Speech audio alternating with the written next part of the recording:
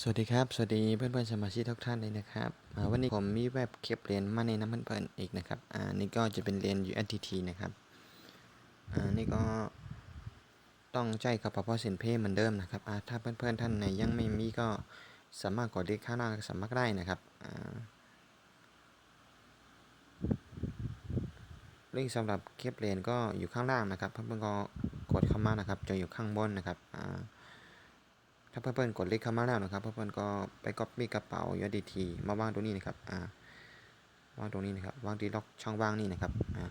เราสามารถเข้ามาเก็บได้ทุก1 นาทีนะครับอันนี้นะครับเขาจะบอกตรงนี้นะครับถ้าเพื่อนๆเข้ามาใหม่ก็กดล็อกอินนะครับ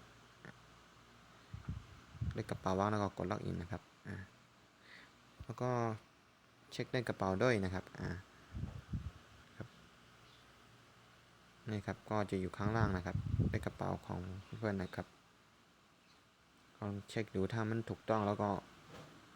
กดข้างล่างนะครับจะมีปุ่มสีฟ้านะครับ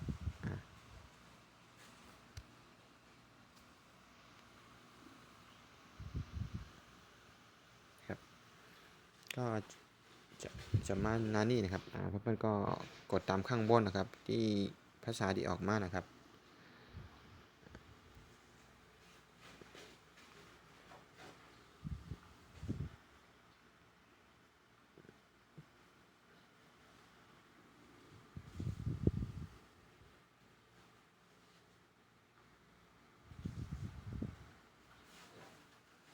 ก็เขียนแคปชั่นนะครับ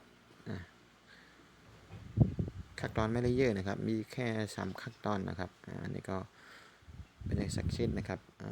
แล้วก็ยอดที่เราได้นะครับเมื่อก่อนจะบอกตรงนี้นะครับ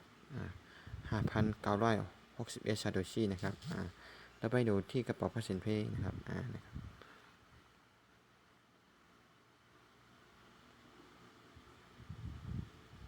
อันนี้นะครับยอดที่เข้ามานะครับก็อยู่ข้างบนนะครับต่อไปที่30นะครับแล้วก็ยอดก็ 5,961 นะครับ